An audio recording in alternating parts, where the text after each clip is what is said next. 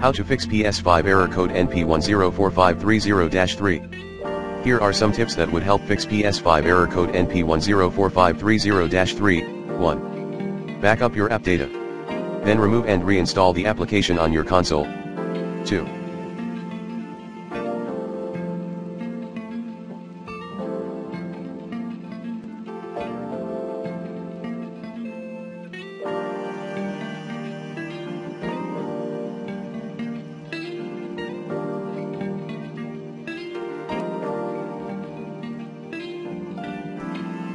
Keep your PS5 up to date and keep an eye on this vid, we'll update it when we get more tips.